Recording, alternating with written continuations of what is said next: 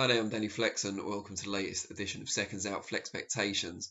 I'm here every Thursday, 4:30 p.m. to look ahead to the boxing action of the weekend. And my kind of jumping off point for this week's vlog is related to something Adam Smith said in the interview we did recently. It's up on the channel now, you can watch it.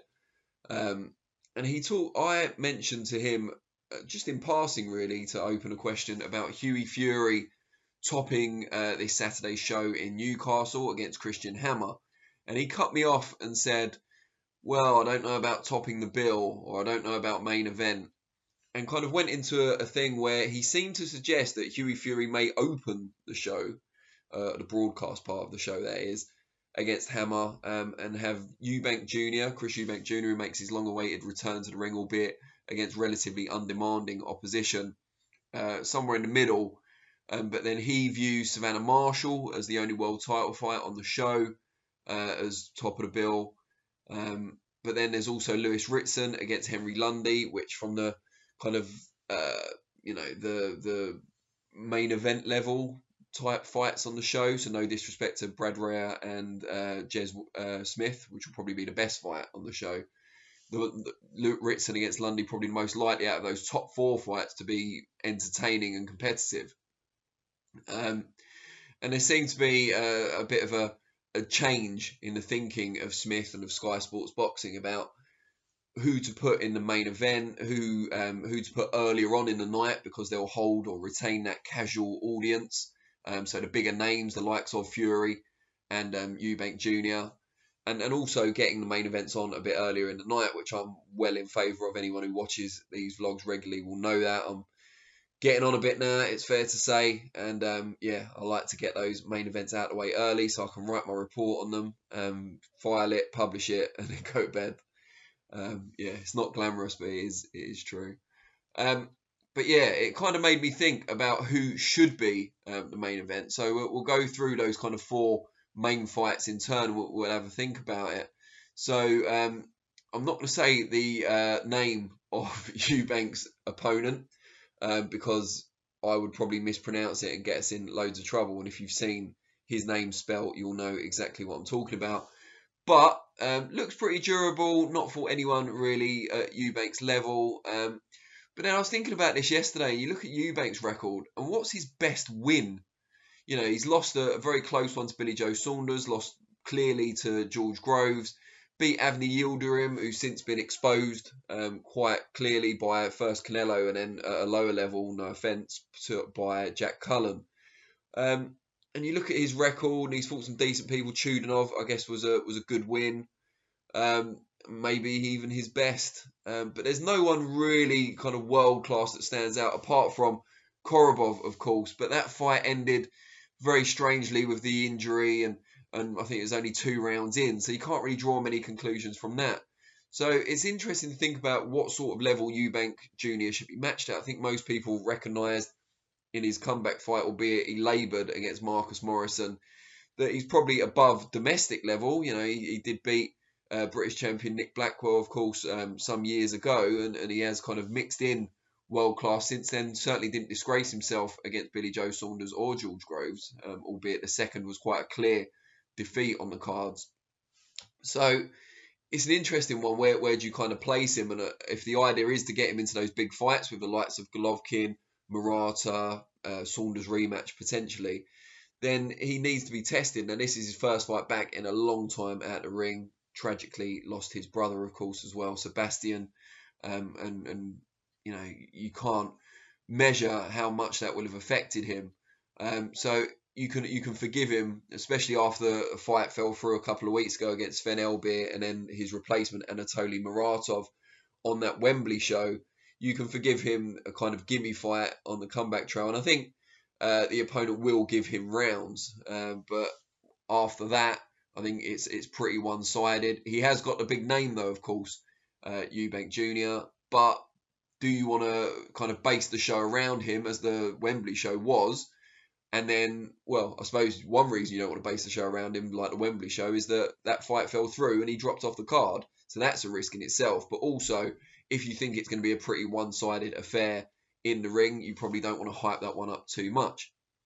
So then we've got Hughie Fury, kind of got a big name, at least partly, let's be honest, because of his cousin, and it's timely as well because Tyson had that incredibly exciting, impressive victory over Deontay Wilder in their third fight just last week, and now his cousin's out.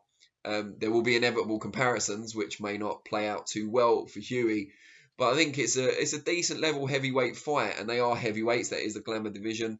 Hughie Fury, Christian Hammer, who we've seen before, beat David Price, lose to Tyson.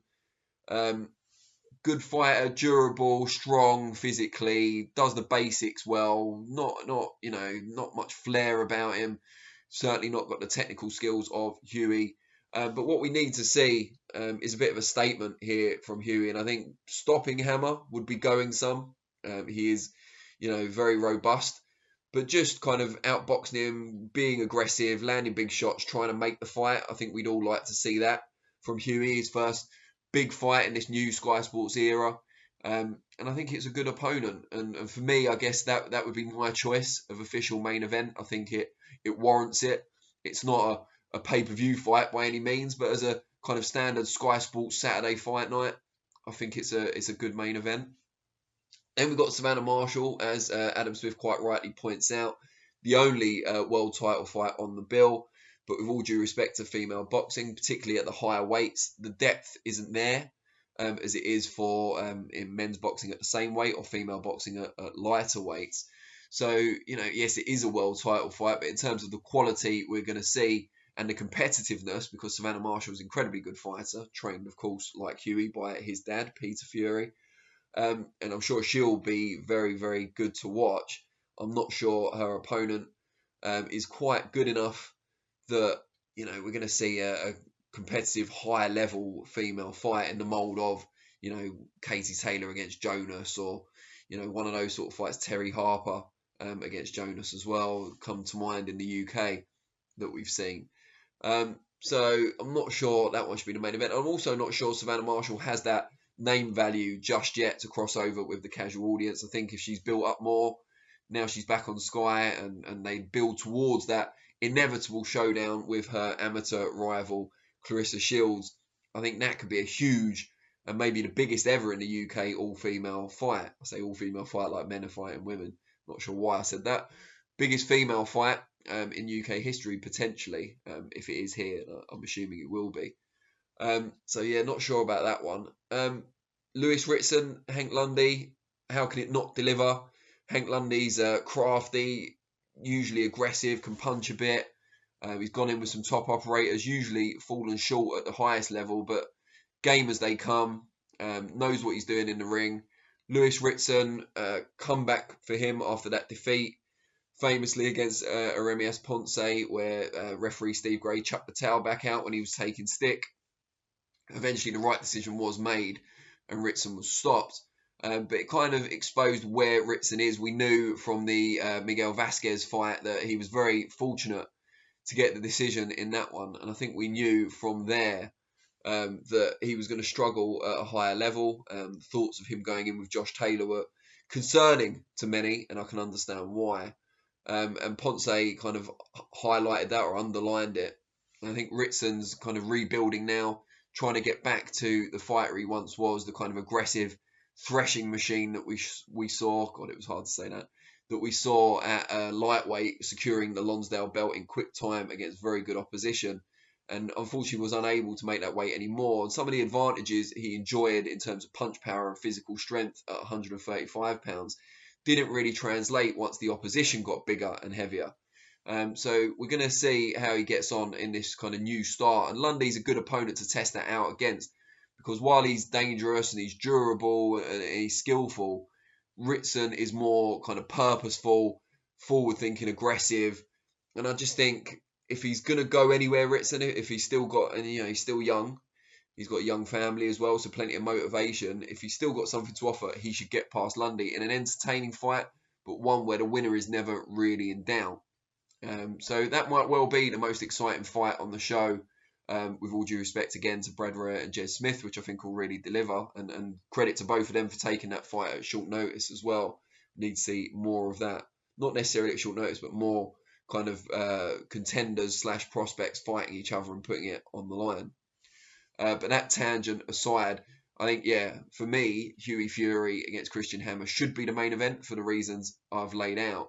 But I'd like to hear what you guys think. Who should be the main event of that show? And by main event, I mean going on last or close to last around that 10 o'clock time that we used to for main events, with all the pomp and circumstance associated with it that distinguishes it from the rest of the card. Who do you think it should be, and what are your reasons why? Let me know. Before I go, I should also say a couple of other big fights at the weekend. Emmanuel Navarrete back in action against Joet Gonzalez. That should be a good fight, entertaining in the ring. Mikey Garcia, I think, will have too much on the zone for Sandor Martin, who's been very impressive at European level, but it's a big jump up at that weight class from European level to top world level. And Mikey's not just top world level, he's elite level, particularly at 140. This is at 145, but it really is two super lightweights, and I don't think Mikey can be beaten at super lightweight by anyone other than potentially Josh Taylor.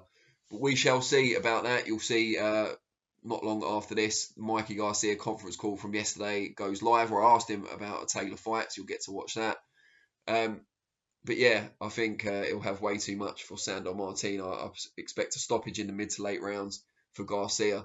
Maybe a return after that Spence loss and the points win over Vargas. Maybe a return to the Garcia of old, the kind of more aggressive boxer puncher. But we shall see. But yeah, let me know what you think about the main event in Newcastle. I'll be back on Monday for reflections, 4:30 p.m, looking back on the weekend's action.